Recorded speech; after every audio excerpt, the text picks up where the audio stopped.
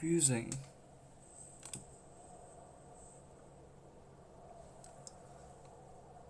Oh, okay, okay, I am.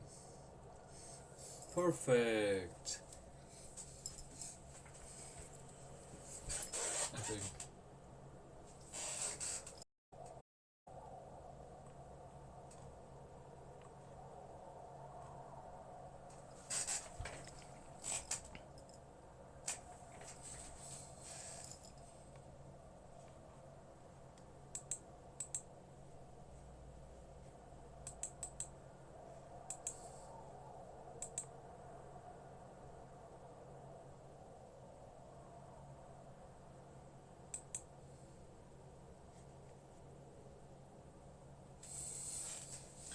That's not bad.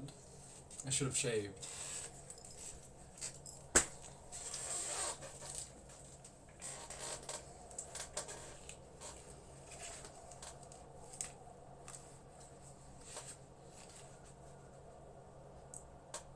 The high key might be a delay, but that is its own story, unfortunately.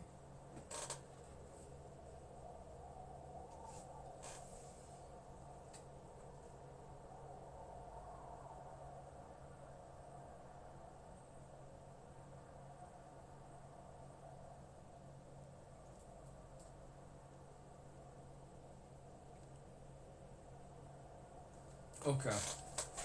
Now I just needed to check how it's going. Nobody thing. We've got.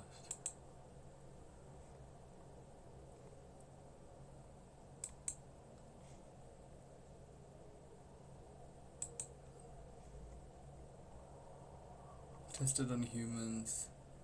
Listen,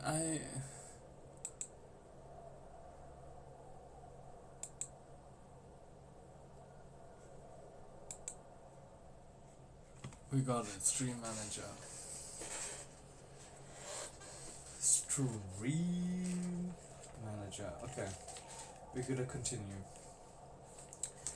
I hope that you are able to hear me. I'm just gonna.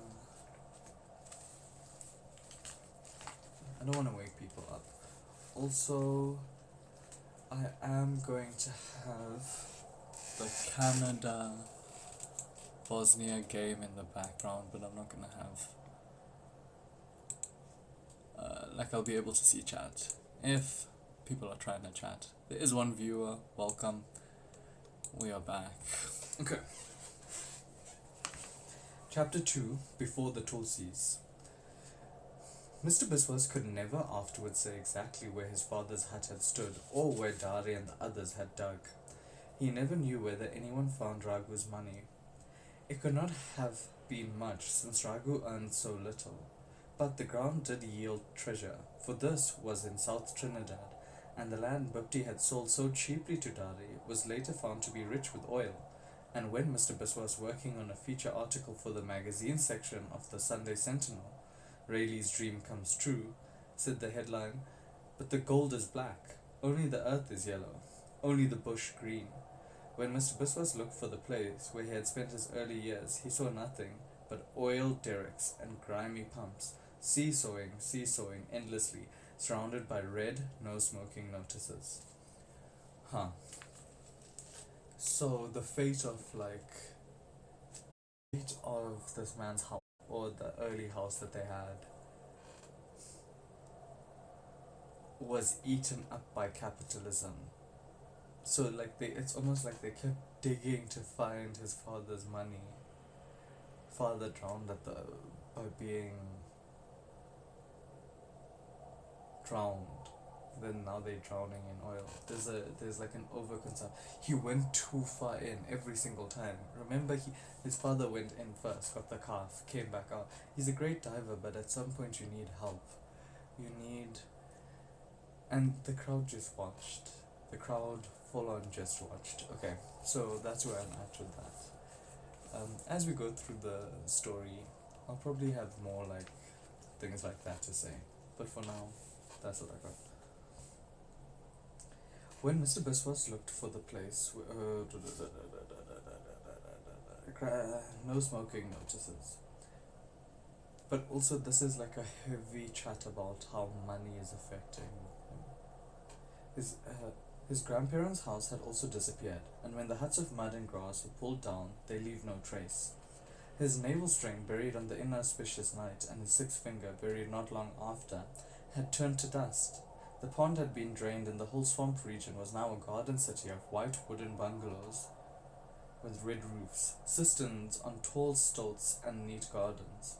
The stream, where he had watched the black fish, had been dammed, diverted into a reservoir, and its winding irregular bed, covered by straight lawns, streets, and drives. The world carried no witness to Mr. Biswas's birth and early years, as he found at Pegotes. Yeah, again, capitalism eating up at memory almost. I don't know if it's capitalism, but the greed. It felt like in his early childhood, like his upbringing, it was much more collectivist for sure, from what I'm saying, and all of the things that they've added here seems less collectivist. It seems more globalization instead of collectivism. Is there such thing as collective globalization, I guess? But okay. As he found at Pagotes, how old you is, boy? Lal, the teacher at the Canadian mission school, asked, his small hairy hands fussing with cylindrical ruler on his roll book. Mr. Biswas shrugged and shifted from one bare foot to the other. How you people want to get on, eh? Lal had been converted to Presbyterianism from a low Hindu caste and held all unconverted Hindus in contempt. Love it. Okay, this is a real thing. This is a real thing. It's like a colonial mimicry type thing, right?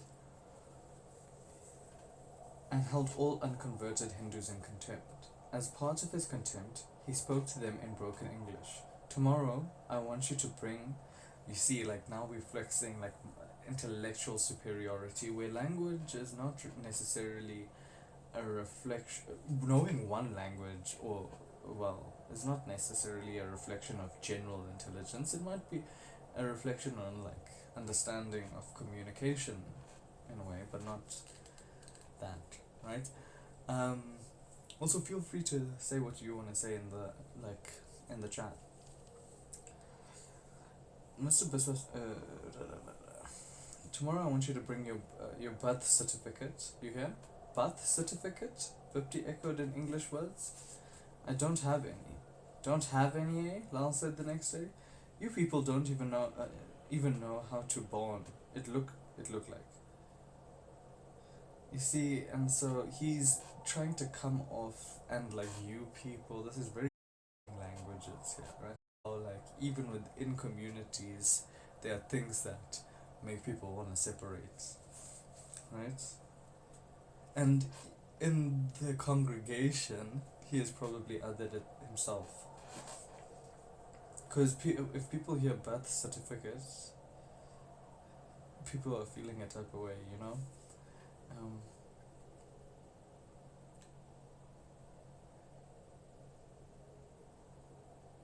Don't have any, eh? You don't even know how to born, it looked like. But they agreed on a plausible date. Lal completed his roll book record, and Bipti went to consult Tara. Tara took Bipti to a solicitor, whose office was a tiny wooden shed standing lopsided on 8 unfashioned logs. The distemper on his walls had turned to dust. A sign, obviously painted by the man himself, said that F.Z. Ghani was a solicitor, conveyancer, and a commissioner of oaths. He didn't look like all that. Sitting on his broken kitchen chair at the door of his shed, bending forward, picking his teeth with a matchstick, his tie hanging perpendicular, large dusty books were piled on the dusty floor, and on the kitchen table at his back there was a sheet of green blotting paper, also dusty, on which there was a highly decorated metal contraption, which looked like a toy version of a merry-go-round. Mr. Biswas had seen in the playground at St. Joseph on the way to Pagotes. From his toy merry-go-round hung two rubber stamps, and, directly below them, there was a purple stained tin. F.Z. Ghani carried the rest of his office equipment in his shirt pocket. It was stuffed with pens, pencils, sheets of paper, and envelopes. He needed to be able to carry his equipment about. He opened the Pagotes office only on market day. Wednesday. He had other offices open on other market days at Tanupuna, Arima, St. Joseph, and Takarigua.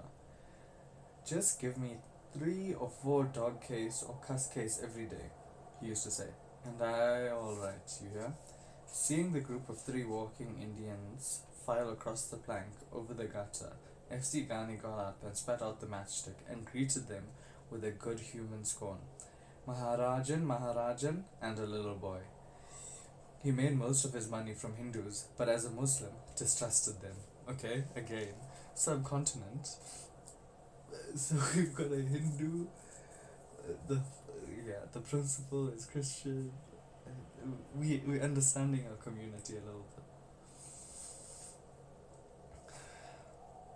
Seeing the group of 3, FC Ghani, but all mistrust, all mistrust or trying to prove something, othering. They climbed the 2 steps in his office. It became full. Ghani liked it that way. It attracted customers. He took the chair behind the table, sat on it, and left his client standing. Tara began to explain about Mr. Biswas. She grew prolix, encouraged by the quizzical look on Ghani's heavy, dissipated face. During one of Tara's pauses, Bupti said, "Birth certificate." "Oh," Ghani said, his manner changing. "Certificate of birth." It was a familiar problem. He looked legal and said, "Affidavit." What did take place? Bupti told Tara in Hindi. I can't really say, but Pandit Sitaram should know. He cast Mohan's horoscope that the day after he was born. I don't know what you see in that man, Bupti. He doesn't know anything. Ghani could follow their conversation. Ghani of using Hindi as a secret language in public places and asked impatiently, "Date of birth?" 8th of June, Bupti said to Tara. "It must be that." "Alright," Ghani said, 8th of June. "Who to tell, you know?" Smiling, he put a hand on the to the drawer of his table and pulled it this way and that before it came out. Stuck drawer. He took out a sheet of foolscap, tore it in half, put back one half into the drawer, pushed the drawer this way and that to close it, put the half sheet on the dusty blotting paper, stamped his name on it, and prepared to write. Name of boy? Mohan, Tara said. Mr. Biswas became shy. He passed his tongue above his upper lips and tried to make it touch the knobbly tip of his nose. Surname? Ghani asked. Biswas, Tara said. Nice Hindu name. He asked more questions and wrote. When he was finished, Bupti made her mark, and Tara, with a great deliberation and much dancing of the pen above the paper, signed her name. F.Z. Ghani struggled with the drawer once more, took out the other half sheet, stamped his name on it, wrote, and then had everybody sign it again. Mr. Biswas was now leaning forward against one of the dusty walls, his feet pushed far back. He was spitting carefully, trying to let his spittle hang down to the floor without breaking. F.C. Ghani hung up his name stamp and took down the date. And took down the date stamps. He turned some ratchets, banged hard on the almost dry purple pad, and banged hard on the paper. 2 lengths of rubber fell apart. Blasted thing, he said, and examined it without annoyance. He explained. You could print the year all right, because you move that only once a year. But the dates and the months, man, you're spinning them round all the time. He took up, yeah, that's so true. It's the months and the days usually in the year that is actually the one that is so quick. Yesterday was today. Today passed like nothing, you know?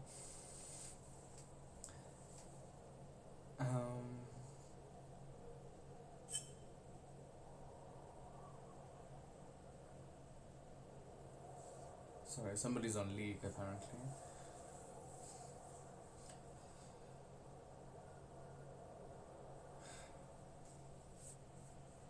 He took up the length of the rubber and looked at them thoughtfully. Here, give them to the boy. Play with them. He wrote the date with one of his pens and said, "All right, leave everything to me now. Expensive business affidavits, stamps and things, you know, $10 in all." Pipti fumbled with a knot at the top of her veil, and Tara paid. "Any more children without certificate of birth?" "3," Pipti said. "Bring them," Ghani said. "Bring all of them, any market day. Next week? It's better to straighten these things right away, you know." In this way, official notice was taken of Mr. Biswa's existence, and he entered the new world. Oughts are ought. Ought twos are ought. The chanting of children pleased Lal. He believed it through in thoroughness, discipline, and what he delighted to call stick-to-itiveness, virtues he felt unconverted Hindus particularly lacked.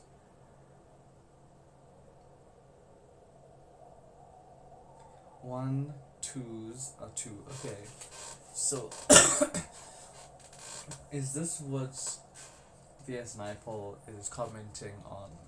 Like, is he saying that, like, Christians believe that Hindus are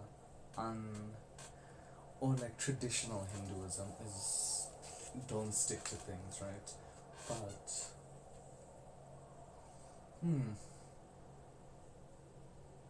I guess so. I guess okay, but I also think this is again a generalization, right? Can we tell from the characters already the traditional Hindu ones? I don't know. We'll see, right? And I also don't. I think it's more commentary on like how they see each other. Like, even as a Hindu, you might think that Christians are just more stick-to-itiveness. Like, that's blind, like faith. You know, like it's a faith of just you just gotta keep on believing, I guess. It's just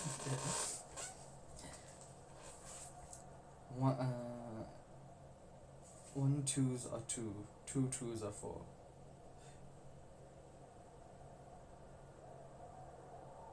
Okay. "Stop, Lal," cried, waving his tamarind rod. Biswas ought twos are how much? 2. Come up here. You, Ramguli, ought twos are how much? Ought. Come up. The boy with the shirt looks like one of his mother bodice. How much? 4.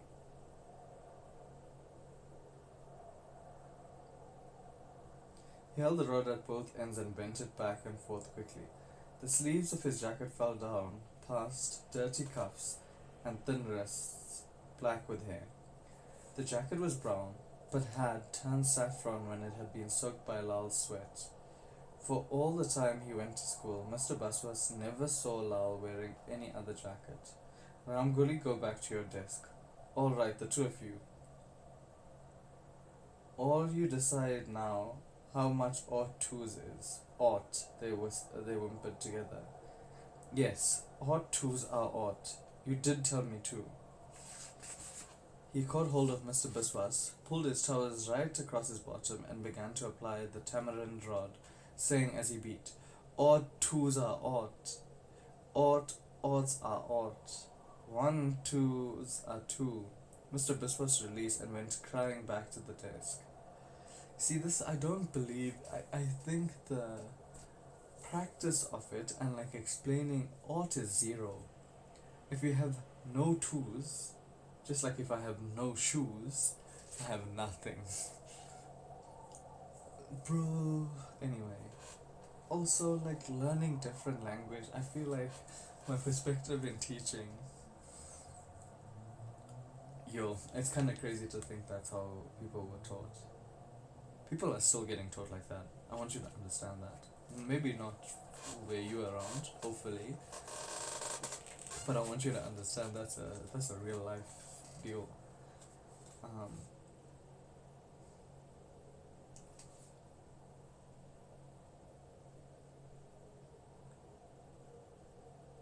Mr. Bush was released, went crying back to his desk. "And now you, before we talk about anything, tell me where you got that bodice from.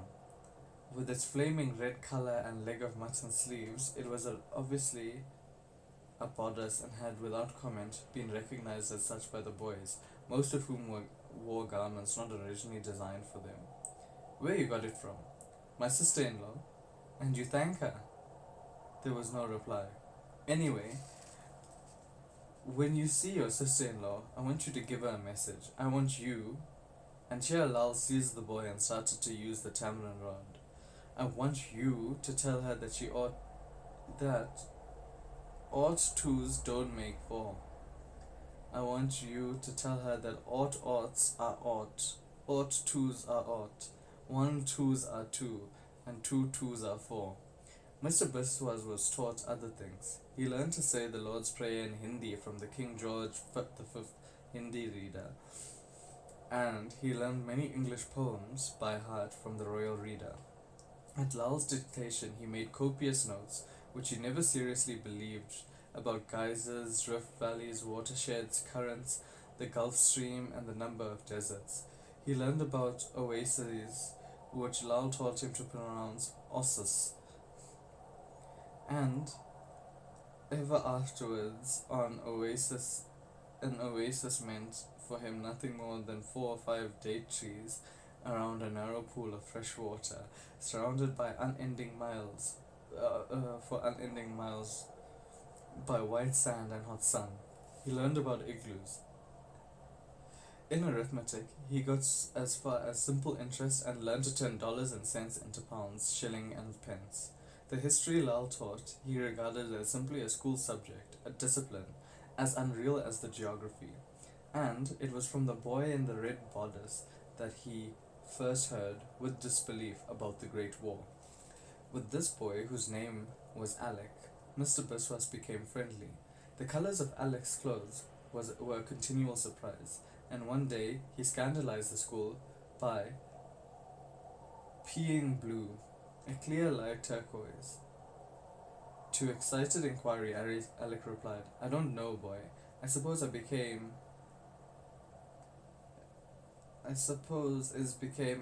is a Portuguese or something. And for days he gave solemn demonstrations which filled most boys with disgust at their race. It was to Mr. Biswas that Alec first revealed his secret, and one morning recess after Alec had given his demonstration, Mr. Biswas dramatically unbuttoned and gave his. There was a clamour. Alec was forced to take out the bottle of Dodd's kidney pills. In no time the bottle was empty except for some half of dozen pills which Alec had said he had to keep.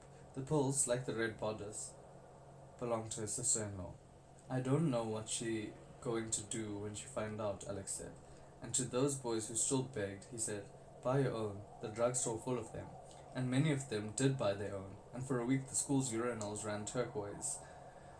Oh my god.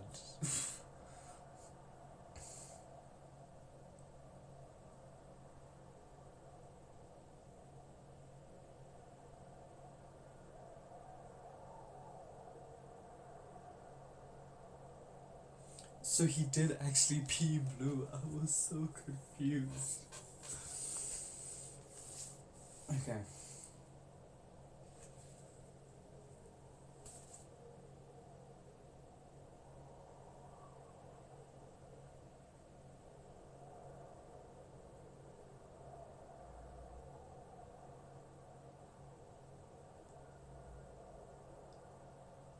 Buy your own, the drugstore full of them. And for a week the school urinals ran turquoise, and the druggists attribute the sudden rise in sales to the success of the Dodd kidney pills.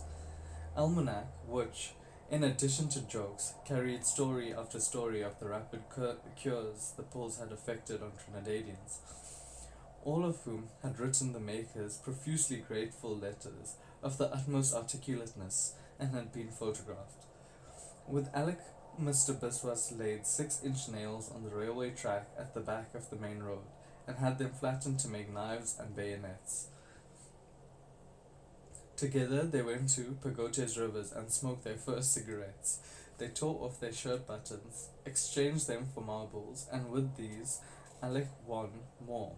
struggling continually to repair the depredations of Lal, who considered the game low and had forbidden it in the school grounds. What is low class and high class, bro? Let the kids play, enjoy themselves. This reminds me of a simpler time in life. They sat at the same desk, talked, were flogged and separated, but always came together again. And it was through this association that Mr. Biswas discovered his gift for lettering. When Alec tired of doing inaccurate erotic drawings, he designed letters. Mr. Biswas imitated these with pleasure and growing success. During an arithmetic test one day, whoa, rewind.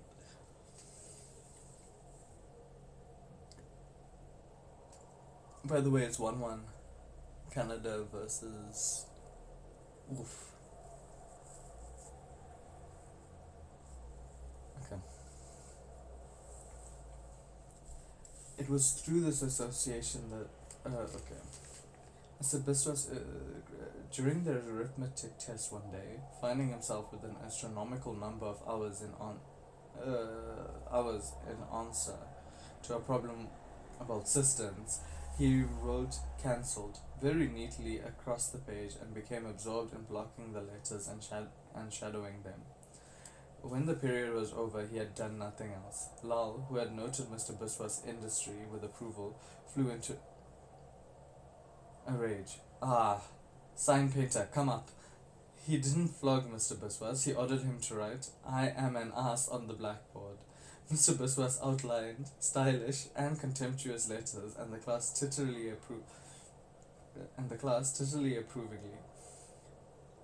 approvingly. Lal, racing about the classroom, waving his Hamron around for silence, brushed Mr. Biswas's elbow, and the stroke was spoilt. Mr. Biswas returned into an additional decoration, which pleased him and impressed the class. It was too late for Lal to flog Mr. Biswas or order him to clean the blackboard. Angrily, he pushed him away, and Mr. Biswas went back to his desk, smiling, a hero. Okay, so his writing is what's somewhat socially, right? He was alone, he was parking with the cow, right? Isolated in a way. His brothers didn't like him, right? His brothers was doing his other thing to hide under the bed. Now this lettering and his friend here, Portuguese friend, is the reason that like he's growing in a way, I guess. Yeah, this O wants to promote, boyo. I don't got cash. When the bots are trying to promote, I don't got cash. When the homies are on a float, I ain't got cash, but I'll swim out to them. Canada and Bosnia are doing their own thing. Thank you for my halftime. That every time you comment, I have to take a break apparently, right?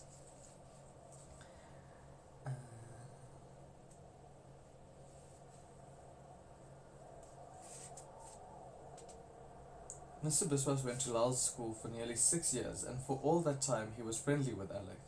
Yet he knew little about Alec's home life. Alec never spoke about his mother or father, and Mr. Biswas knew only that he lived with his sister-in-law, the owner of the Red Bodice, an unphotographed user of Dodd's kidney pills, and, according to Alec, a great beater.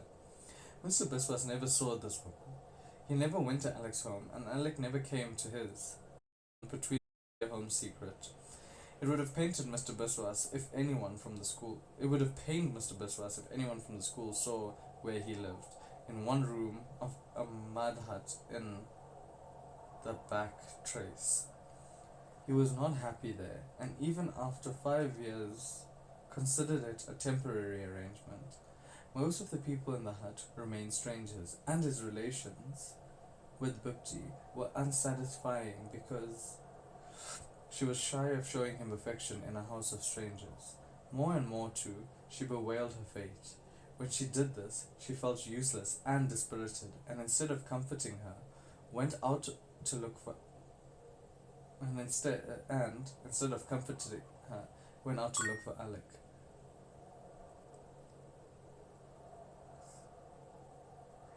Thank you, Nora. Thank you, Nora. Appreciate that. Genuinely appreciate that. We are reading A House for Mr. Biswas.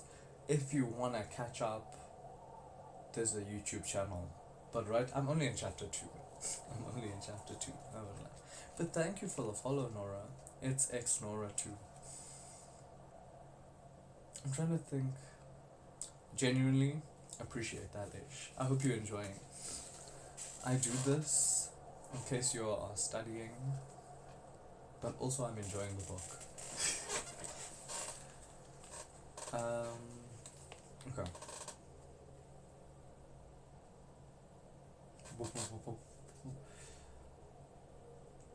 He's still in a traditional, like he's still in his traditional mindset.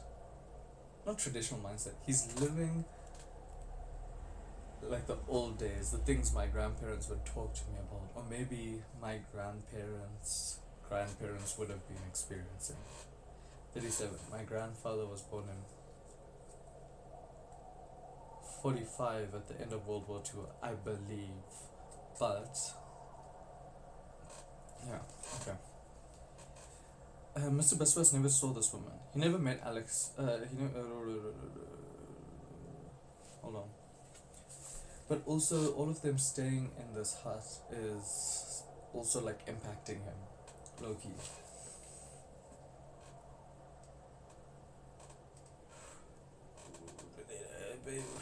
Where was I? Occasionally, she had ineffectual fits of temper, quarrelled with Tara, and muttered for days, threatening, whenever there was anyone to hear, that she would leave and get a job with the road gang, where women were needed to carry stones in baskets on their heads. Continually, when he was with her, Mr. Biswas had to struggle against anger and depression. Whose? His? No, hers. Probably hers. He's talking about her. But at least like he's understanding. At Christmas, Pratap and Prasad came from Felicity, grown men now with moustaches, in their best clothes, their pressed khaki trousers, unpolished brown shoes, blue shirts buttoned at the collar, and brown hats. They too were like strangers. Their hands were as hard as their rough sunburned faces, and they had little to say. When Pratap, with many self-deprecating sighs, half laughs and pauses, which enabled him to deliver a short sentence in easy installments without in any way damage its structure. When Pratap told about the donkey he had bought and the current lengths of tasks, Mr. Biswas was not really interested. The buying of a donkey seemed to him an act of pure comedy, and it was hard to believe that the dour Pratap was the frantic boy who had rushed about the room in the hut, threatening to kill the men in the garden.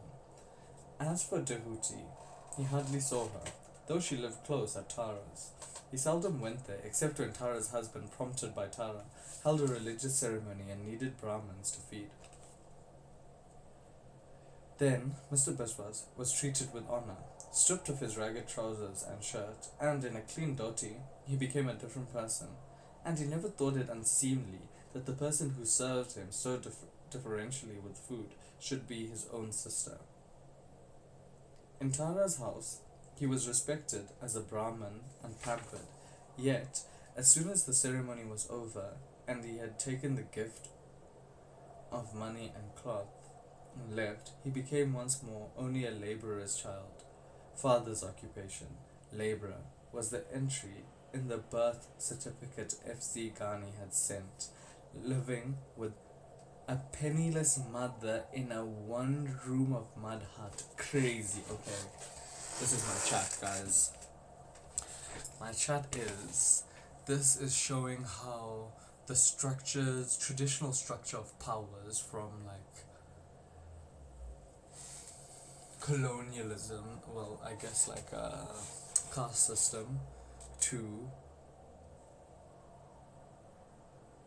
capitalism, caste to capitalism. Why is there so many bad things that start with C? Okay, but like either way, like it was a caste system. So on those days of religious prayer, prompted by his wife, So like it's a more traditional thing that the men who are meant to earn money or like provide, they don't see the value in tradition anymore because tradition doesn't help him provide unless it's necessary when he's asking, like he's doing prayers, right? Because that risk been there the whole time. But maybe the child is seeing it specifically on those days when he is invited. But they are close together. It's not like they have to. Like, bro, once a week. It's your sister. I love my sister. I wish I could see her once a week. Maybe I should. I should do that more. I should just randomly go to Durban more. Okay, I needed to check something on ChatGPT because that's how I like Google stuff, basically. Um,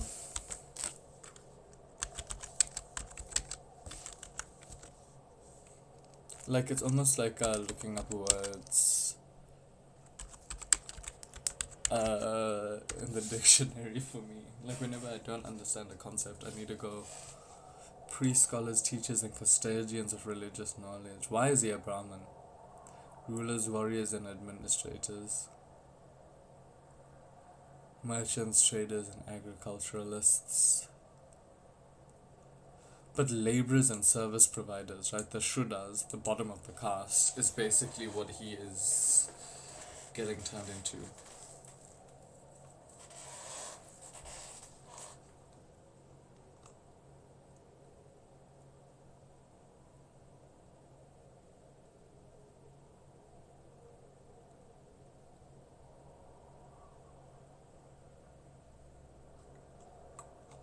Okay. But at least like I'm keeping track. Okay, sorry about that, guys. That was me letting the ADD win. If Nora is here, I hope you're enjoying. If it's not Nora, be like Nora and say hi. Um, I don't know if I'm too close now. It's still 1-1 by the way. There is 1 minute of extra time for Canada to score. Okay.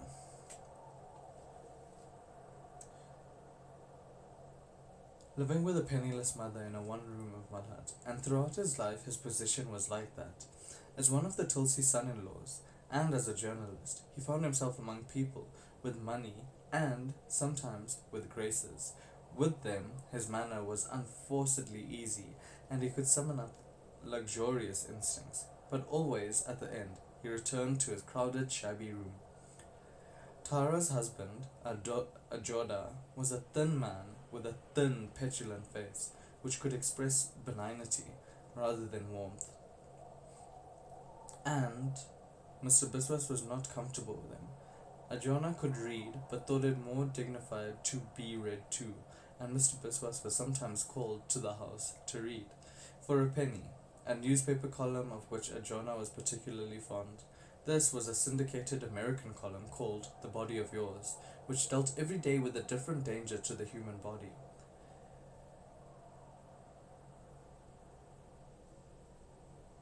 You know how I feel about... Okay, remember when we talked about the house being made up of like ex-military supplies and stuff? We are really seeing like how American capitalism is literally fighting this traditional Indian way of at the time living, right? I'm not saying for the better or worse, but like there is a sadness to what is being lost instead of incorporated, right?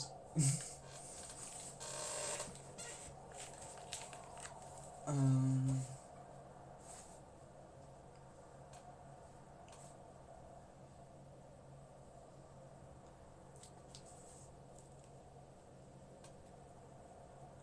okay, the game's over. Ajona listened with gravity, concern, alarm. It puzzled Mr. Biswas that he should subject himself to this torment, and it amazed him that the writer, Dr. Samuel S. Pitkin, could keep the column going with such regularity. But the doctor never flagged. 20 years later, the column was still going. Jonah had not lost his taste for it, and occasionally Mr. Biswas's son read it to him for 6 cents. So, whenever Mr. Biswas was in Tara's house, it was as Brahmin or as a reader, with a status distinct from from Dehuti's, and he had little opportunity of speaking to her. Bhupti had a specific worry about her children. Neither Pratap nor Prasad nor Dehuti was married. She had no plans for Mr. Biswas since he was still young, and she assumed that the education he was receiving was provision and protection enough. But Tara thought otherwise, and just when Mr. Biswas was beginning to do stocks and shares, transactions as unreal to allow as they were to him, and was learning Pinjan and the Rhine from Bell's standard elocutionist for the visit of the school inspector, he was taken out of school by Tara and told that he was to be made a pundit. Oh my goodness. It was only when his possessions were being bundled that he discovered he still had the school's copy of the standard elocutionist. It was too late to return it, and he never did. Wherever he went, the book went with him, and ended in the blacksmith-built bookcase in the house at Sikkim Street. Okay, standard elocutionist. So now we've got in this book. Sorry, I'm gonna do another search. In this book, first he started by the Meditations of Marcus Aurelius, and now he's doing the elocutionist. Okay, I've got another book for you, ChatGPT. I hope you are ready. I am having a lot of fun. Mr. Biswas also mentions the standard elocutionist. Please help me there.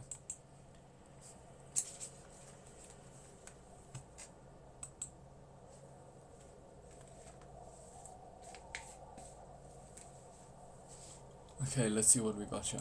I'm glad you're enjoying this. It sounds like you're reading.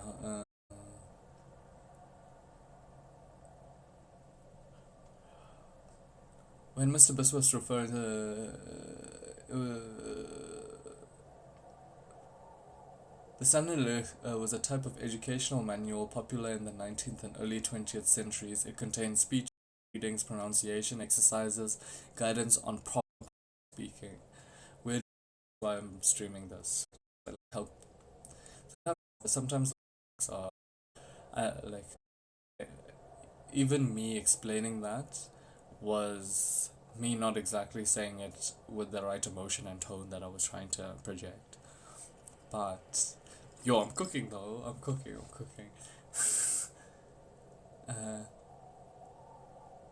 It was used to teach people how to speak in a polished, educated, and socially respectable way. This is similar to what he's saying about, like,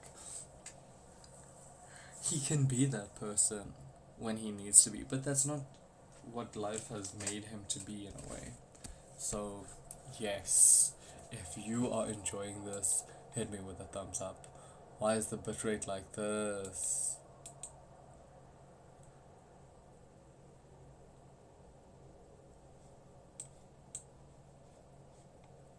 I don't know. If you're here and you're a peer, say Wagwan. Okay. We are gonna keep going. Only on page 49, how many pages are there? 600. Oh my god.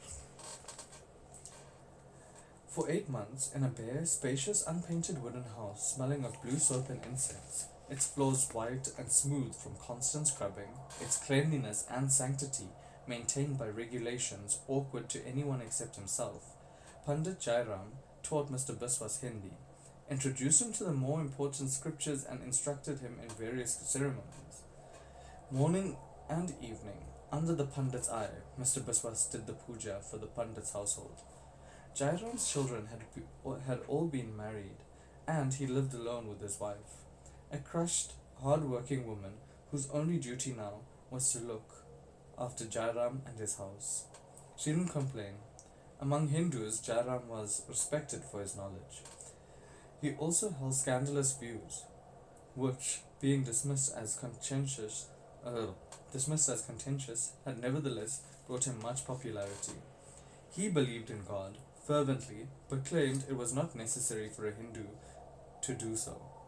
He attacked the customs some families had of putting up a flag after a religious ceremony, but his own front garden was a veritable grove of bamboo poles with red and white pennants in varying stages of decay.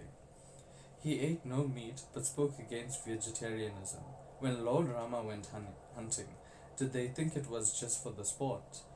He was also working on Hindi commentary on the Ramayana, and parts of this commentary were dictated by Mr. Biswas to extend his own knowledge of the language, so that Mr. Biswas could see and learn. Jairam took him on his rounds, and wherever he went with the Pandit, Mr. Biswas invested with the sacred thread and all of the other badges of caste, found himself as if Tara's house, the object of regard, found himself as in Tara's house, the object of regard. It was his duty on these occasions to do the mechanical side of Jairam's offices. He took around the brass plate with a lighted camphor. The devout dropped a coin on the plate, brushed the flame with their fingers, and took their fingers to their forehead. Like that. I'm assuming. He took around the consecrated sweetened milk with strips of the tulsi leaf floating on its surface, and doled it out, a teaspoon at a time. When the ceremonies were over and the feeding of the Brahmins began, he was seated next to Pandit Jairam, and when Jairam had eaten and belched and asked for more and eaten again, it was Mr. Biswas who mixed the bicarbonate of soda for him. Afterwards, Mr. Biswas went to the shrine, a platform of earth decorated with flower and planted with small banana trees, and pillaged it for the coins that had been offered, hunting carefully everywhere, showing no respect for the burnt offerings or anything else. The coins dusted with flour or earth or ash, wet with holy water or warm from the sacred fire. He looked to Pandit Jairam, who might then be engaged in some philosophical disputation. Jairam would wave Mr. Biswas away without looking at him. As soon as they got home, however, Jairam asked for the money, counted it, and felt Mr. Biswas all over to make sure he hadn't kept anything back. Mr. Biswas, who also had to bring home all the gifts Jairam received, usually lengths of cotton, but sometimes cumbersome bundles of fruit and vegetables. One particularly large gift was a bunch of gross Mikhail bananas. They came to Jairam green and were hung in the large kitchen to ripen. In the time, the green became light, spotted, and soft yellow. Patches appeared. Rapidly the yellow spread and deepened, and the spots became brown and rich. The smell of ripening bananas overcame the astringent smell of the gluttonous sap from the banana stem, filled the house, leaving Jairam and his wife apparently indifferent, but rousing Mr. Biswas. He reasoned the bananas would become ripe all at once, that Jairam and his wife could not possibly eat them all, and that many would grow rotten. He also reasoned a banana or two would not be missed, and one day when Jairam was out and his wife away from the kitchen, Mr. Biswas picked 2 bananas and ate them. The gaps in the bunch startled him. They were more than noticeable. They offended the eye. This bro stealing banana.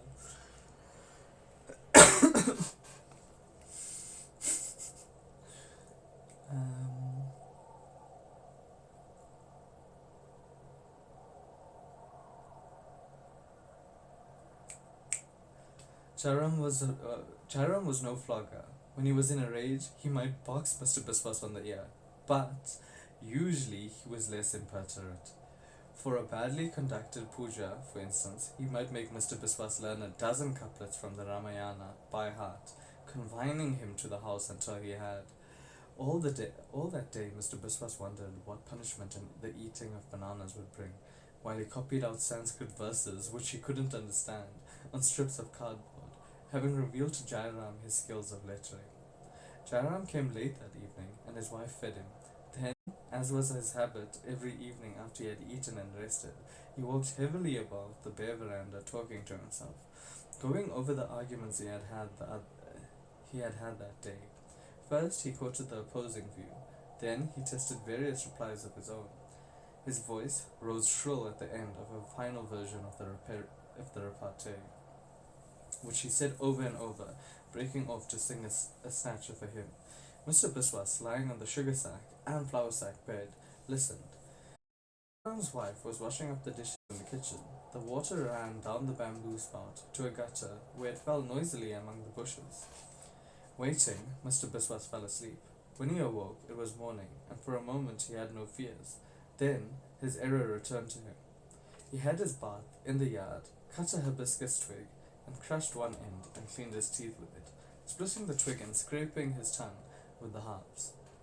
Then he collected marigolds and zinnias and oleanders from the garden for the morning puja, and sat without religious fervour before the elaborate shrine. The smell of the brass and stale sandalwood paste displeased him. It was a smell he was to recognize later in all temples, mosques, and churches, and it was always disagreeable. Mechanically, he cleaned the images, the lines and indentations of which were black or cream with old sandalwood paste. It was easier to clean the small smooth pebbles whose significance had not yet been explained to him. At this stage, Pandit Jairam usually came to see that he did not scamp the ritual, but this morning he did not come.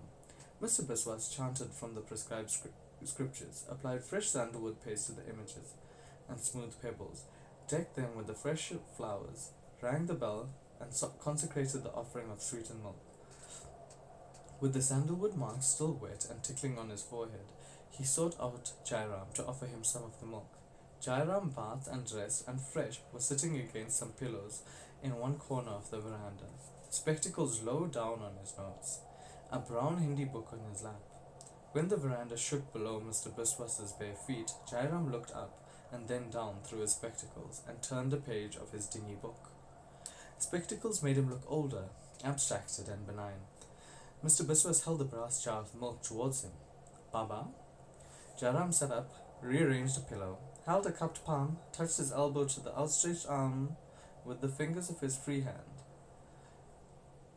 touching the elbow of his Mr. Biswas pawed. Jairam brought the inside of his wrist against his forehead. Blessed Mr. Biswas threw the milk into his mouth, passed his wet palm through his thin grey beard, readjusted his spectacles and looked down again at his book. Mr. Biswas went to his room, put on his workaday clothes, and came out to breakfast. They ate in silence. Suddenly, Jairam pushed his brass plate towards Mr. Biswas. Eat this. Mr. Biswas's fingers, ploughing through some cabbage, stood still. Of course you won't eat it. And I will tell you why. Because I have been eating from this plate. Mr. Biswas's fingers, feeling dry and dirty, bent and straightened. Soni, Jairam's wife, thumped out from the kitchen and stood between them, with her back to Mr. Biswas. He looked at the creases on the edges of her soles and saw that the soles were hard and dirty. This surprised him, because Soni was always washing the floor and bathing herself. Go and bring the... Sorry.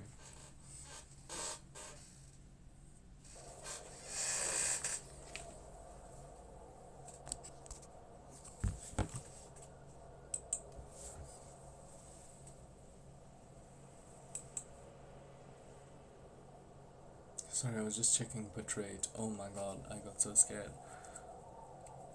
I got so goddamn scared. Again, thank you.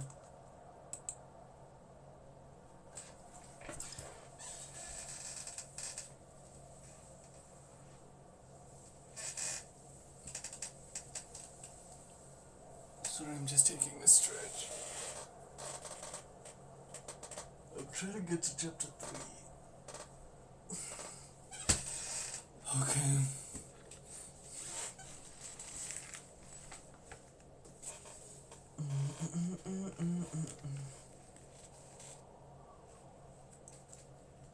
Go and bring the bananas. She pulled the veil over her forehead. Don't you think you had better forget it? It is such a small thing. Small thing? A whole hand of bananas. She went to the kitchen and came back, cradling the bananas. Put them here, Sony. Mohan. Nobody else can touch these bananas now but yourself. When people out of the goodness of their hearts give me gifts, they are for you, eh? Then the edge went out of his voice, and he became like the benign, expounding pundit he was in company. We mustn't waste, Mohan. I have told you that again and again. You mustn't let these bananas get rotten. You must finish what you have begun. Start now. Mr. Biswas had been lulled by Jairam's calm, even manner, and the abruptness of the command took him by surprise. He looked down at the plate and flexed his fingers, the tips of which were stuck with the drying shreds of cabbage. Start now. Sony stood in the doorway, blocking the light. Through it was a bright day. The room, with bedrooms on one side and the low roof of the veranda on the other, was gloomy. Look, I have peeled one for you. The banana hovered in Jairam's clean hand before Mr. Biswas's face. This is crazy. He took it with dirty fingers, bit and chewed. Surprisingly, it tasted, but the taste was so localized it gave no pleasure. He then discovered that chewing killed the taste, and chewed deliberately, not tasting, only listening to the loud, squelchy sounds that filled his head. He had never heard bananas eaten with so much noise. Presently the banana was finished, except for the hard little cone behind the heart of the banana skin. Inside, like a huge and ugly forest flower. Look, Mohan, I have peeled you another. And while he ate that, Jairam slowly peeled another, and another, and another. When he had eaten 7 bananas, Mr. Biswas was sick, whereupon Sony, silently crying, carried him to the back veranda. He didn't cry, not from bravery. He was only bored and uncomfortable. Jairam rose at once and walked heavily to his room, suddenly in a great temper. Mr. Biswas never ate another banana. That morning also marked the beginning of his stomach trouble. Ever afterwards, whenever he was excited or depressed or angry, his stomach swelled until it was taut with pain. A more immediate result was he became constipated. He could no longer relieve himself in the mornings, and he was aware of the dishonor he did by the gods by doing the puja unrelieved. The call came upon him at unpredictable times, and it was this which led to his departure from Jairam's and took him back to the other world he had entered at Pakotes, the world signified by Lal's school and the fed rubber stamps and the dusty books of F.Z. Ghani. One night he got up in a panic. The latrine was far from the house, and to go there through the dark frightened him. He was frightened too to walk to the creaking wooden house, open locks, undo bolts, and possibly waken Jairam, who was fussy about his sleep, and often flew into a rage, even when awakened at a time he had fixed. Mr. Biswas decided to relieve himself in his room on one of his handkerchiefs. He had scores of these, made from the cotton given to him at the ceremonies he attended with Jairam. When the time came to dispose of the handkerchief, he left the room and tiptoed the floor, creaking through the open doorway to the enclosed veranda at the back. He carefully unbolted the demerara windows, which hung on the hinges of the top, and keeping the window open with his left hand, flung the handkerchief as far as he could with the right. But his hands were short, the window was heavy, and was too little space to maneuver, and he heard the handkerchief fall not far off. Not staying to bolt the window, he hurried back to his bed, where, for a long time, he stayed awake, repeatedly imagining that a fresh call was upon him. He had just fallen asleep, it seemed, when someone was shaking him. It was Sony. Jairam stood, scowling in the doorway. "You are no Brahman," he said. "I take you into my house and show you every consideration. I do not ask for gratitude, but you are trying to destroy me. Go and look at your work." The handkerchief had fallen on Jairam's cherished oleander tree. Never again could his flowers be used at the pooch.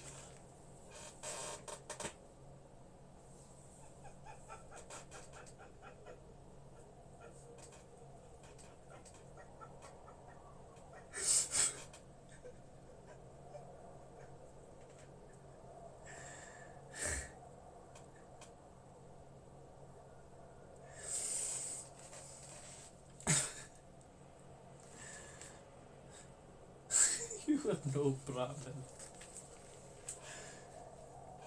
This could be a great movie, Lucky.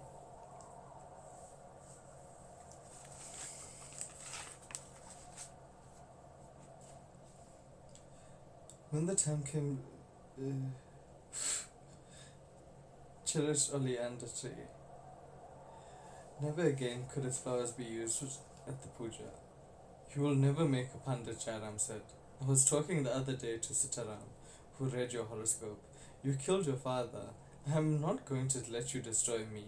Sitaram particularly warned me to keep you away from trees. Go on, pack your bundle. The neighbors had heard and come down to watch Mr. Biswas as his daughter with his bundle slung on his shoulder. He walked through the village. Bipti was not in the welcoming mood when Mr. Biswas, after walking and getting rides on carts, came back to Klagotes. He was tired, hungry, and itching. He had expected her to welcome him with joy, to curse Jairam and promise that she would never allow him to be sent away again to strangers. But as soon as he entered the yard at the hut, in the back trace, he knew he was wrong.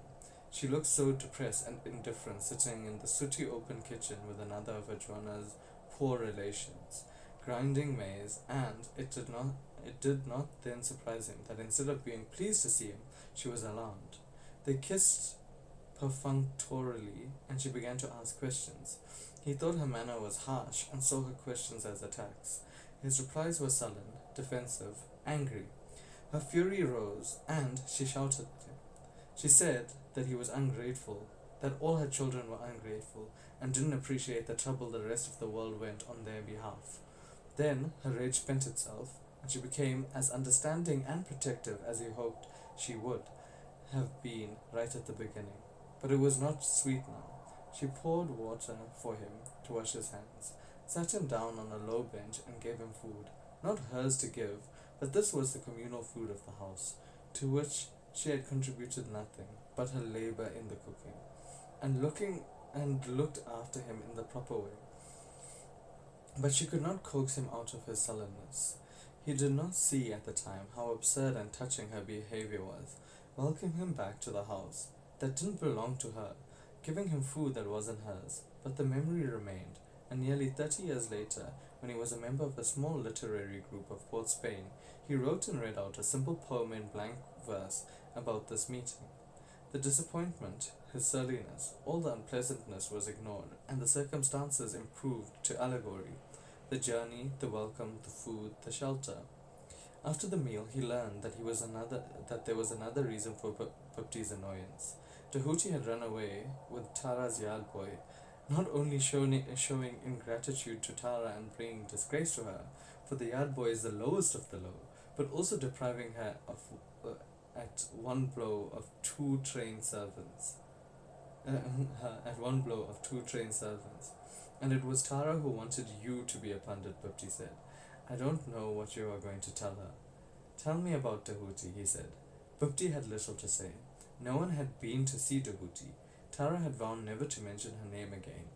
Bapti spoke as if she herself deserved every reproach of Tahuti's behavior, and though she declared she could have nothing more to do with Tahuti, her manner suggested that she had to defend Tahuti not only against Tara's anger, but also Mr. Biswas's. But he felt no anger or shame. When he asked about Tahuti, he was only remembering the girl who pressed her dirty clothes to her face and wept. Okay.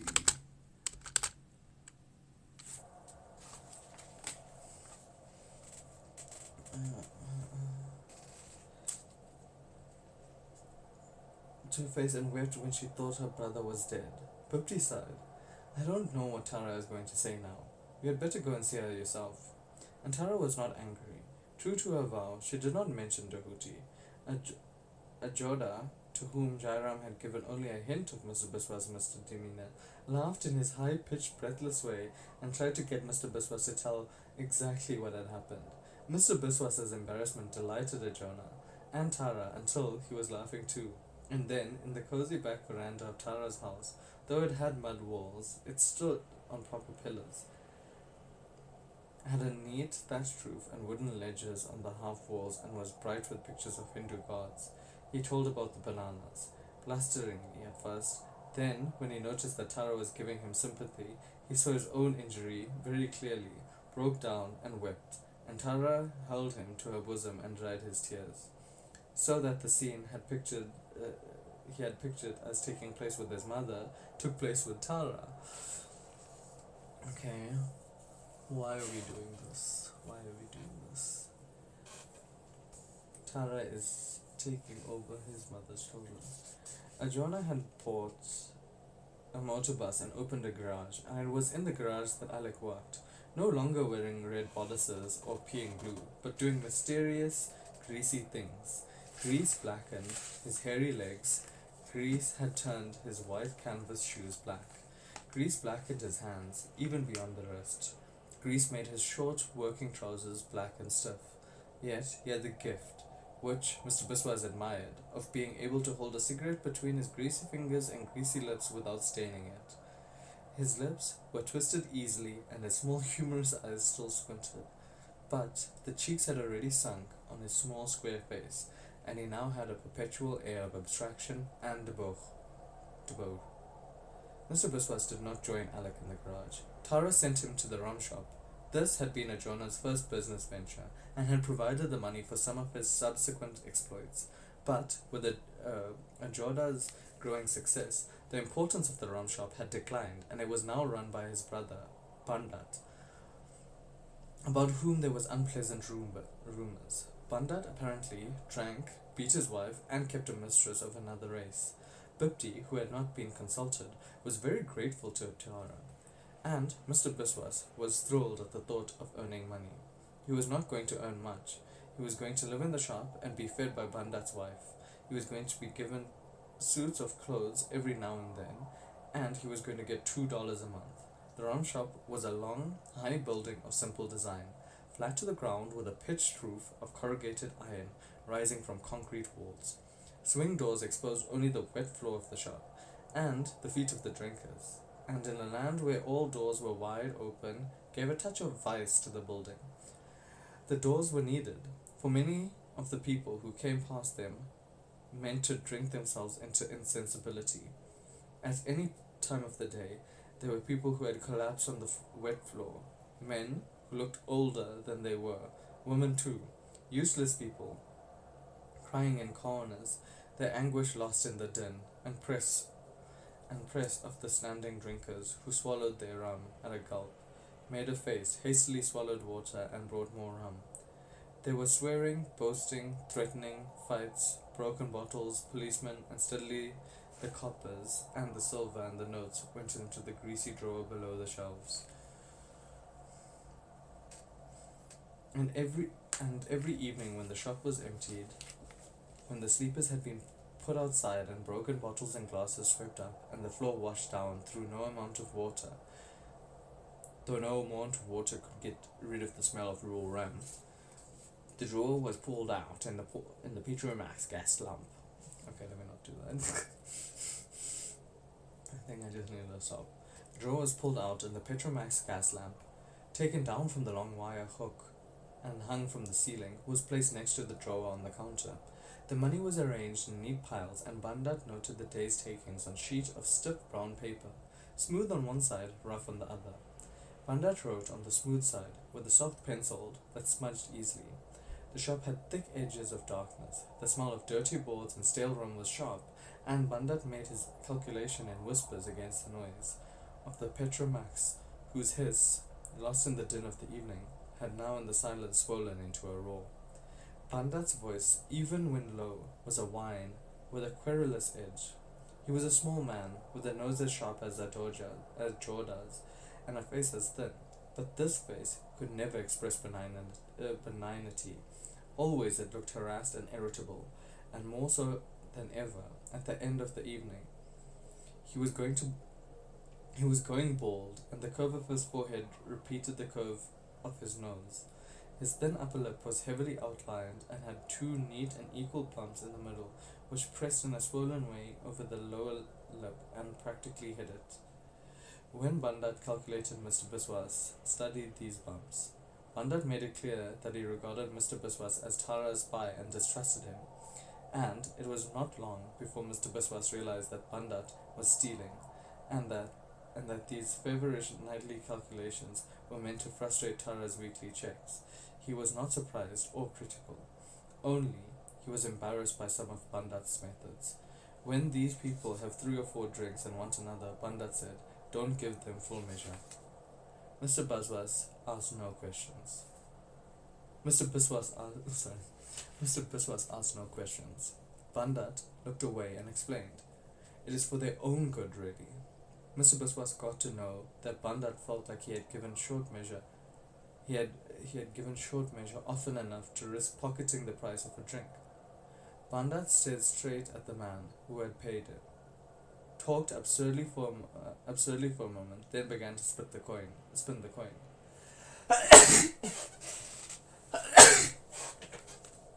Oh my god. Excuse me.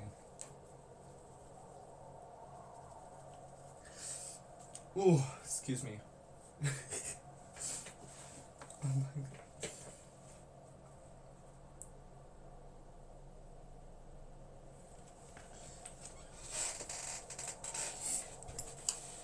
I like.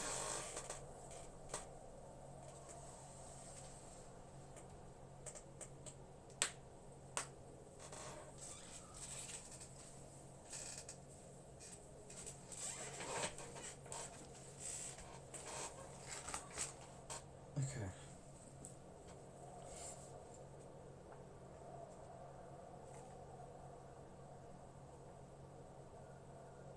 Then he began to spin the coin.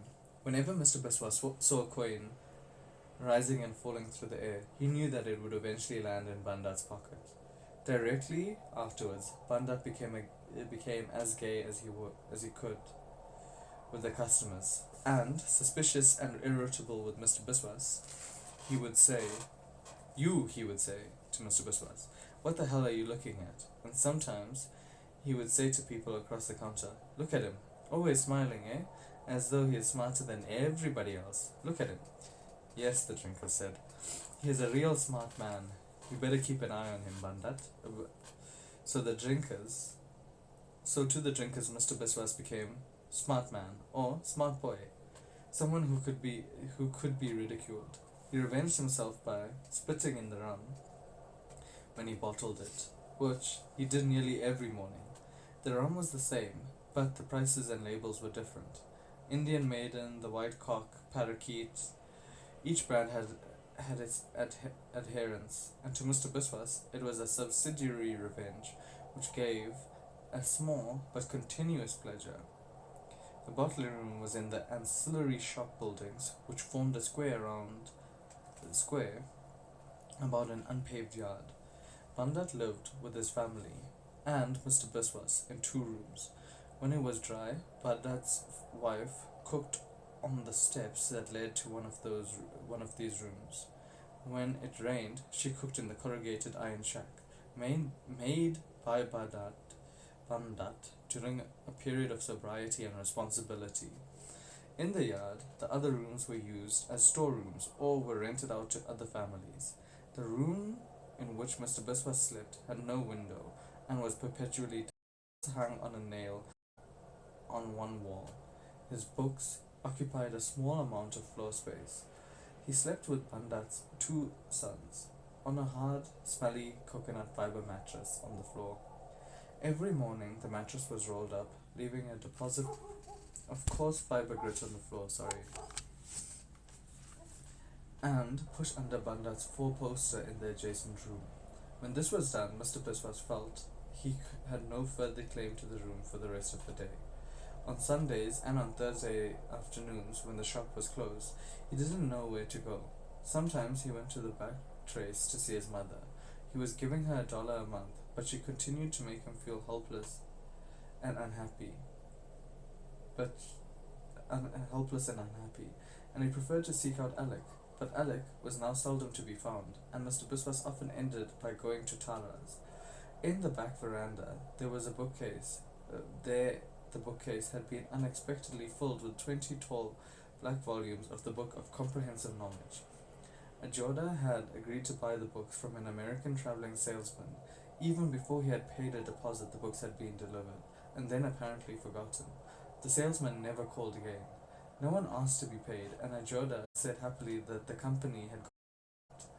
He had no intention of reading the books, but they were a bargain, and when Mr. Biswas proved the books' usefulness by coming week after week to read them, Ajoda was delighted. Presently, Mr. Biswas fell into a Sunday routine. He went to Tara's in the middle of the morning and read for Ajoda all that body of yours columns which had been cut out during the week. Got his penny, was given lunch, and was then free to explore the book of comprehensive knowledge. He read folk tales from various lands. He read and quickly forgot how chocolate, matches, ships, buttons, and many other things were made. He read articles which answered, with drawings that looked pretty but didn't really help questions like, why does ice make water cold? Why does fire burn? Why does sugar sweeten? You must get Bandat's boys to read these books too, Ajoda said enthusiastically. But Bandat's boys refused to be enticed. They were learning to smoke. They were full of scandalous and incredible revelations about sex, and at night, in whispers, they wove lurid sexual fantasies.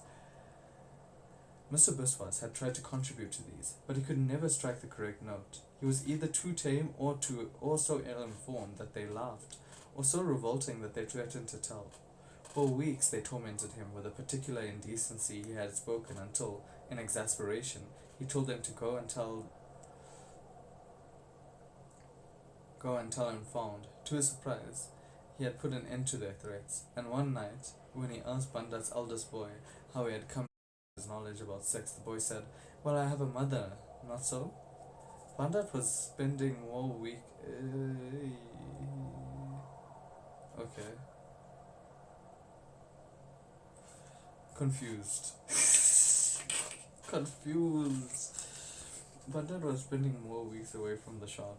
His sons talked openly of his mistress, at first with excitement and a little pride. Later, when the rows between Bandat and his wife grew more frequent with fear, there were moments of shock. Bandat was spending more weekends away from the shop. His sons talked openly of his mistress, at first with excitement and a little pride. Later, when the rows between Bandat and his wife grew more frequent with fear. There were moments of shock and humiliation when Bandat shouted obscenities, which his sons casually whispered at night. The silence of Bandat's wife then was terrible. Occasionally things were thrown and the boys and Mr. Biswas burst out screaming. Bandat's wife would come very calm and try to quiet them. They wanted her to stay, but she always went back to Bandat in the next room. In the shop, Bandat was spinning more coin every day, and there were often scenes on Friday evening when Tara came to examine the accounts. Then, one weekend, Mr. Biswas had 2 rooms to himself. One of Ajoda's relations died in another part of the island. The shop was not opened on Saturday, and early that morning, Bandat and his family went to the funeral with Ajoda and Tara. The empty rooms, usually oppressive, now held unlimited prospects of freedom and vice. But Mr. Biswas could think of nothing vicious and satisfying. He smoked, but that gave little pleasure, and gradually the rooms lost their thrill. Alec had given up his job in the garage, or had been sacked, and was not in Pegotes. Tara's house was closed, and Mr. Biswas did not want to go to the back trace. But the feeling of freedom and urgency remained. He walked aimlessly, along the main road and down the side streets he had never taken. He stopped buses and went for short rides. He had innumerable soft drinks and hard cakes at roadside shacks. The afternoon wore on. Groups of men, their week's work over, stood in weekend clothes at street corners, outside shops, around coconut carts. As fatigue overcame him, he began to long for the day to end, to relieve him of his freedom. He went back to the dark rooms, tired, empty, miserable, yet still excited, still unwilling to sleep. This guy, right, my chat about this guy, I want you to understand. My chat about this guy is when he is faced with something that causes freedom,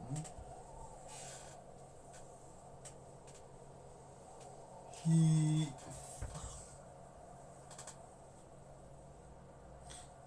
he doesn't enjoy it. Like when he's going out to the work week, he's realizing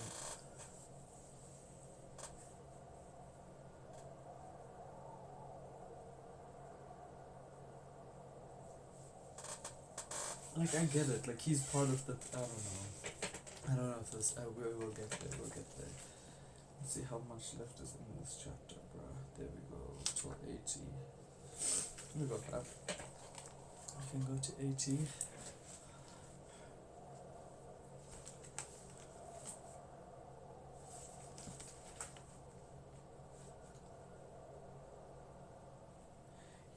He awoke to find Bandat standing over his mattress on the floor.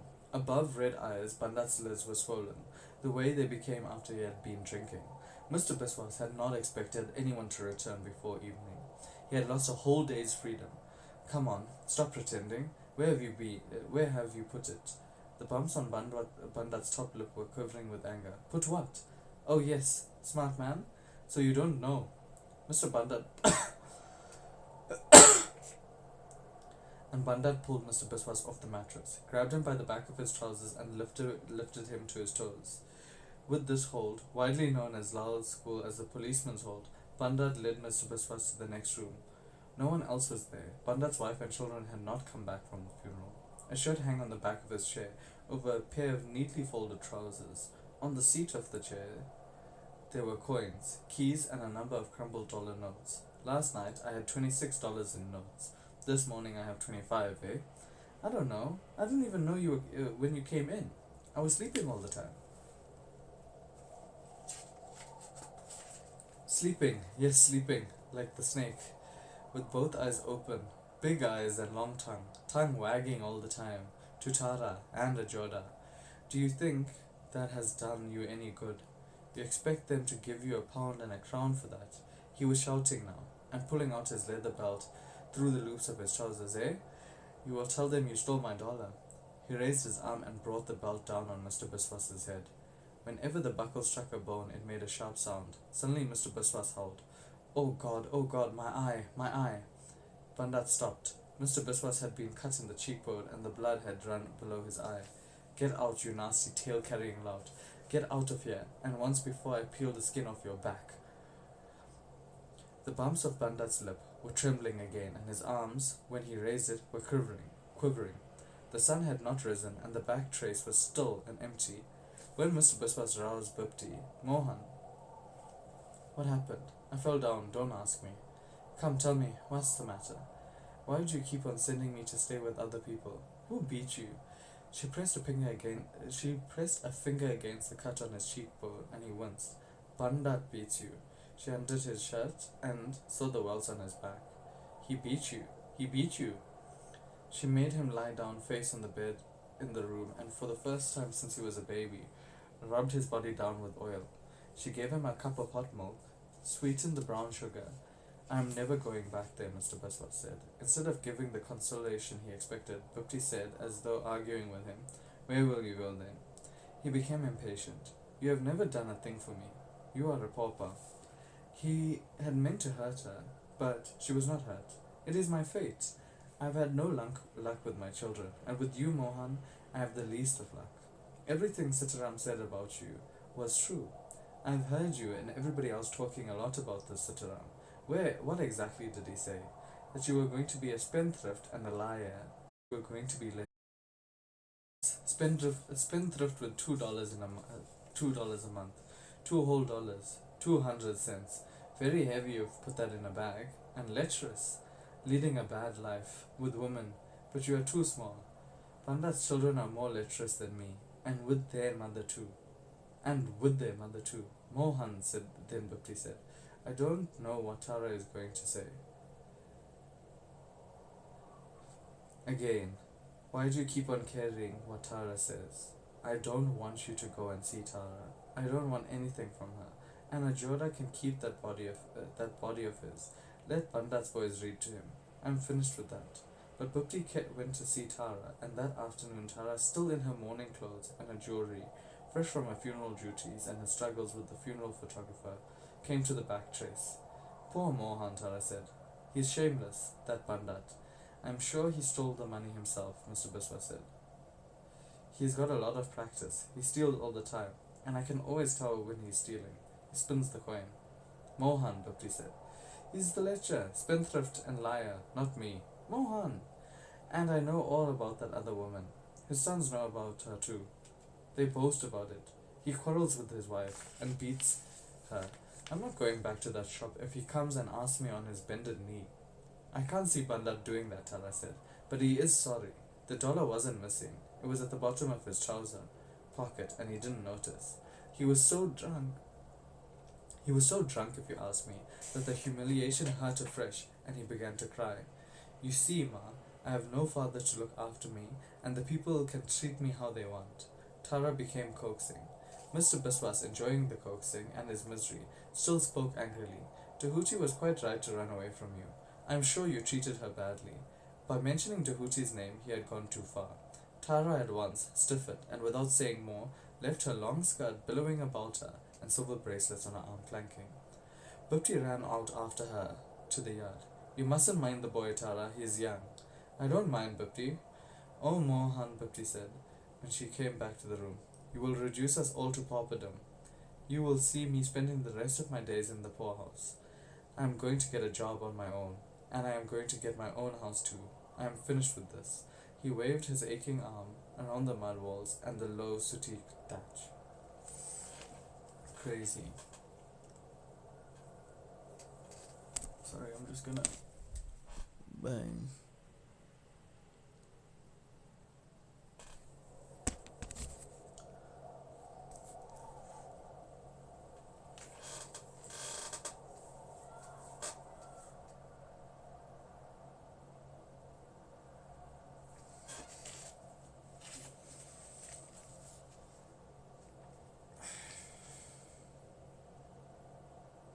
On Monday morning, he set about looking for a job. How did one look for a job? He supposed that one looked.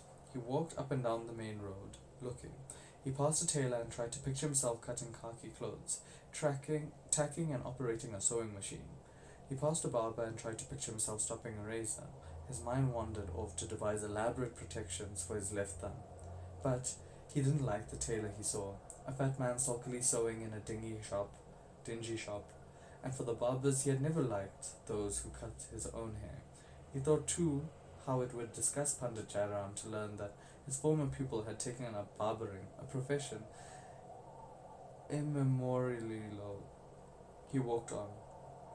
He had no wish to enter any of the shops he saw, and for a job, so he imposed difficult conditions on himself.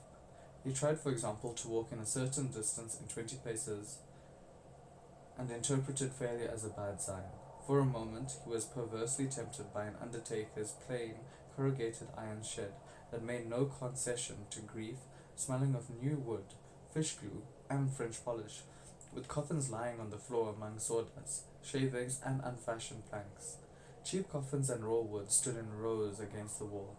Expensive polished coffins rested on shelves.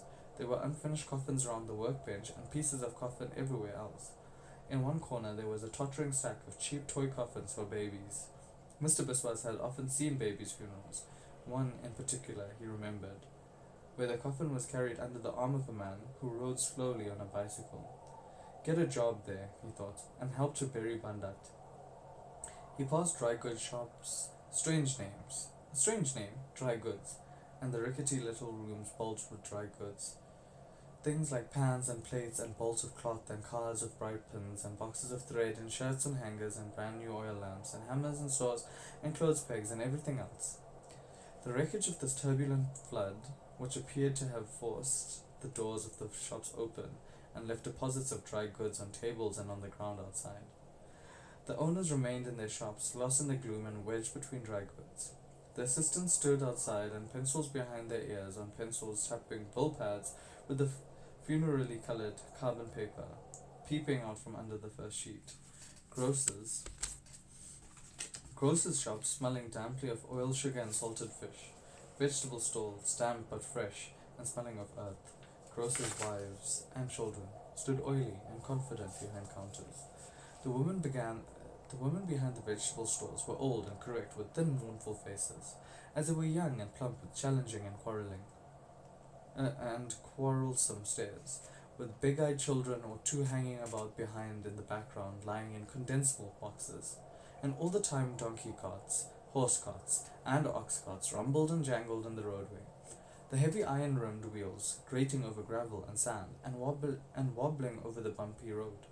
Continually long whips with knotted ends whistled and cracked, arousing brief enthusiasm in the animals. The men drivers sat in their carts. The boy drivers stood, shouting and whistling at their animals and their rivals. Half a dozen races were always in progress. Mr. Biswas returned to the back trace, his resolution shaken. "I am not going to take any job at all," he told Pipti. "Why don't you go and make it up to Tara?" "I don't want to see Tara. I am going to kill myself." "That would be the best thing for you and for me." "Good, good. I don't want any food." And in a great rage, he left the hut. Anger gave him energy, and he determined to walk until he was tired. On the main road, he took the other direction now and went past the office of FC Ghani Dingia, but still intact, closed, because it wasn't market day. Past the same array of shops, it seemed, the same owners, the same goods, the same assistants, and it all filled him with the same depression. Later in the afternoon, when he was some miles out of Pagotes, a slender young man with shining eyes and a thick shining moustache came up to Mr. Biswas and tapped him on the shoulder. He was embarrassed to recognize Ramchand, Tara's delinquent yard boy, now Dahuti's husband. He had sometimes seen him at Tara's, but they had not spoken. Ramchand, so far from showing embarrassment, behaved as though he had known Mr. Biswas well for years. He asked so many questions so quickly that Mr. Biswas had time only to nod. "How is everything?" "It is good to see you. And your mother?" "Well, nice to hear. And the shop?" "A funny thing, you know parakeet and Indian maiden and white cock. I make them rum now. They are the same, you know." "I know. No future working for Tara. I can tell you. As you know, I am working at this rum place now. And do you know how much I am getting? Come on, guess.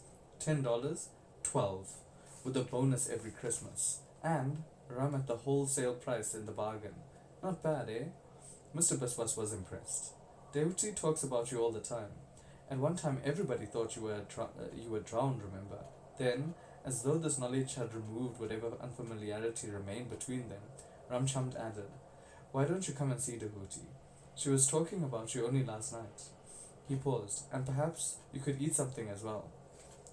Mr. Biswas noticed the pause. It reminded him that Ramchand was of low caste, and thought it was absurd in the main road to think that of a man earning $12 a month in addition to bonuses and other advantages. Mr. Biswas was flattered that Ramchand, delighted, talked on, revealing much knowledge of other members of the family. He told Mr. Biswas that Ajorda's finances were not as sound as they appeared, and that Tara was offending too many people. Tara May vowed never to mention Ramchand's name again. He appeared anxious to mention hers as often as possible. Mr. Biswas has never questioned the deference shown him when he had gone to Tara's to be fed as a Brahmin and on his rounds with Pandit Jairam. Excuse me. But he had never taken it seriously. He had thought it as one of the rules of the game that was only occasionally played. When he got to Ramchand's, he thought it was even more of a game. The hut indicated lowness in no way. The mud walls had been freshly whitewashed and decorated with blue and green-red palm prints. Mr. Biswas recognizes Ramchand's broad palm and stubby fingers. The thatch was new and neat, and the earth floor was high and had been packed hard. Pictures from calendars were stuck on the walls, and the veranda there was a hat rack. It was altogether less depressing than the crumbling, neglected hut in the back trace. But it seemed that to Dehuti, marriage had brought no joy. She was uneasy at being caught among her household possessions, and tried to hint that they had nothing to do with her. When Ramchan started to point out some attractive feature of the hut, she sucked her teeth and he desisted. Mr. Biswas couldn't believe that Tahuti had never spoken about him, as Ramchan had said. She hardly spoke, hardly looked at him. Without expression, she brought out an ugly baby from an inner room, asleep, and showed it, suggesting at the time that she had not brought it out to show it. She looked careworn and sulky, untouched by her husband's bubbling desire to please. Yet, in her unhurried way, she did what she could to make Mr. Biswas welcome. He understood that she feared rebuff, and that the reports he might take back, and this made him uncomfortable. Tehuti, never pretty, was now, frankly, ugly. Her Chinese eyes looked sleepy, the pupils without light, the white smudged. Her cheeks, red with pimples, bulged low and drooped around her mouth. Her lower lip projected, as though squashed out by the weight of her cheeks.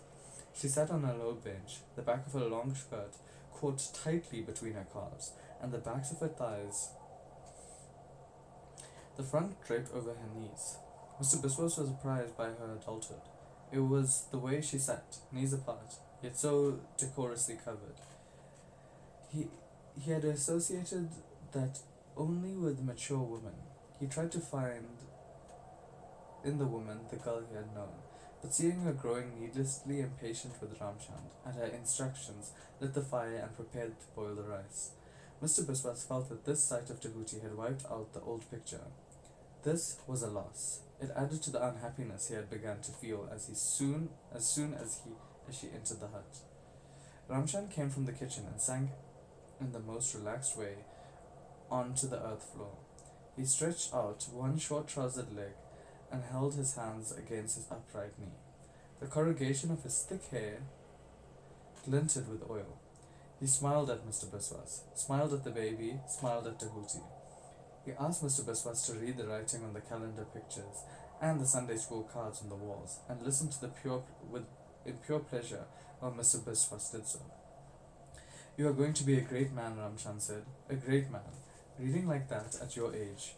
Used to hear you reading those things to a Joda. Never known a healthier man in all my life. But one day he is going to fall really sick. Let him watch out. He is just asking for it. I feel sorry for him, to tell you the truth. I feel sorry for all these rich fellows." It turned out that Ramchand felt sorry for many other people as well. Prat up now.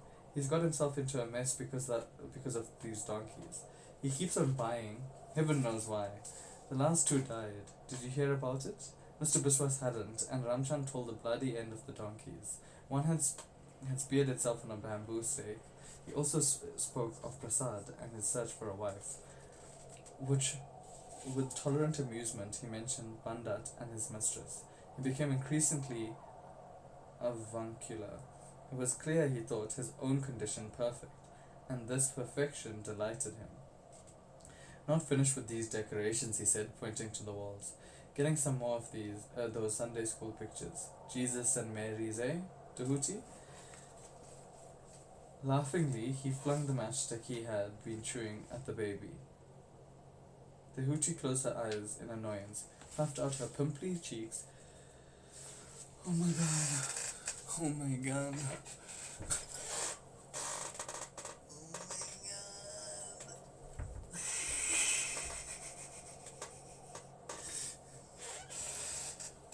Yeah, I'm enjoying it. I just need to get to chapter 3.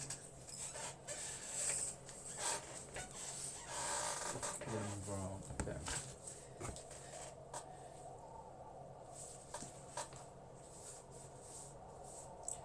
Cheeks a little more, and turned her face away. The matchstick fell harmlessly on the baby. "Making some improvements too," Ramchand said. "Come." This time Tahuti did not suck her teeth. They went to the back, and Mr. Biswas saw another room being added to the hut. Trim tree branches had been buried in the earth. The rafters of lesser boughs were in place between the uprights, and the bamboo had been plaited. The earth floor was raised, but not yet packed. Excuse me. "Extra room," Ramchand said. "When it is finished, you can come and stay with us." Mr. Biswas's depression deepened. They went on tour of the small hut. Ramchan pointing out the refinements he had added. Shelves set in the mud walls, tables, chairs, but in the veranda Ramchan pointed to the hat rack. There were 8 hooks on it, symmetrically arranged about a diamond-shaped glass. That is the only thing I didn't make myself. Tahuti set her heart on it. He slumped down on the floor again and flung a little ball of earth he had been rolling between his fingers at the baby. Tahuti closed her eyes and pouted. Me? I didn't want it. I wish we could stop running around giving people the idea that I have modern ambitions. He laughed uneasily and scratched his bare leg. The nails left white marks. I have no hat to hang on a hat rack, Tahuti said.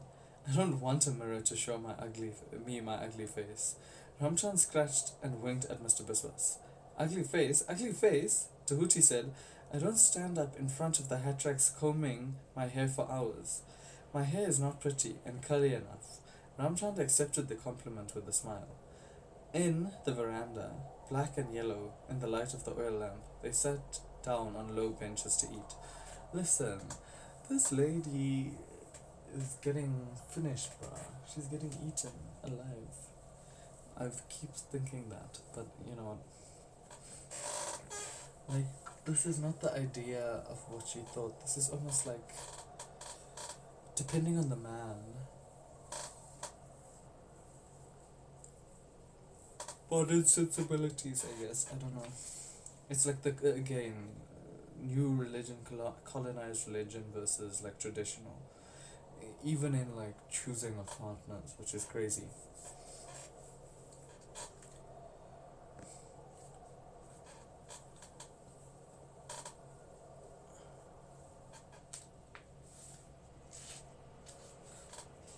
But although he was hungry, and although he knew that both Tahuti and Ramchan had much affection for him, Mr. Biswas found that his belly was beginning to rise and hurt, and he couldn't eat. Their happiness, which he couldn't share, had upset him, and it pained him more than to see Ramchand's jumpy enthusiasm replaced by uncertainty. Tahuti's sullen expression never changed. It was for just such a rebuff that she had been prepared. He left soon after promising to come back and see them one day, knowing that he wouldn't. That the links between Tahuti and himself, never strong, had been broken, that from her too he had become separate. The desire to keep on looking for a job had left him. He supposed he had always known he would fall back on Tyra for help. She liked him. Ajoda liked him. Perhaps he would apologize, and they would put him in the garbage, and they would put him in the garage. Then Alec reappeared in Pagodas, and there was no sign of an engine grease on him. His hands and arms and face were spotted and streaked with paints of various colors, as were his long khaki trousers and white shirt, where each stain was rimmed with oil. When, at the end of a long, idle, and uncertain week, Mr. Biswas saw him, Alec had a small tin of paint in one hand and a small brush in the other. He was standing on a ladder against a cafe in the main road and painting a sign, of which he had already achieved the Hummingbird CA. Mr. Biswas was full of admiration. You like it, eh? Alec came down the ladder, pulled out a large paint-spotted cloth from his back pocket and wiped his hands. Got to shadow them in 2 colors, black across green down. But that will spoil it, man. Alex spat out a cigarette and had burned down to his lips and gone dead. It will look like a carnival when I finish, but this is the way they want it. He jerked his head contemptuously towards the proprietor at the Hummingbird Cafe, who was now leaning on his counter and looking at them suspiciously. The shelves at his back were half filled with bottles of acrated water. Flies buzzed about him, attracted by the sweat on his neck and these parts of his body exposed by his vest. Flies with different tastes had settled on the coarse sugar on the rock cakes in his showcase. To Alec, Mr. Biswas explained his problem, and they talked for a while. Then they went to the tiny cafe and Alec bought 2 bottles of acrated water. Aerated. Can't even see, bro. Aerated water.